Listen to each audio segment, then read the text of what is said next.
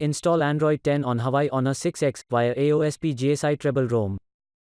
Please check the description for important notes and all the download links.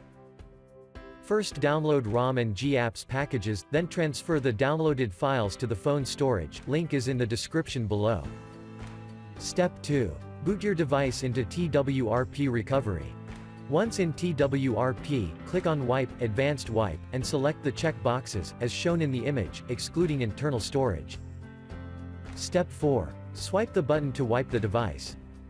Step 5. Go back to the recovery main screen, and tap on the Install button. Step 6. Navigate to the storage, and select the GSI ROM file. Step 7. Finally, swipe the button on the screen, to install ROM file.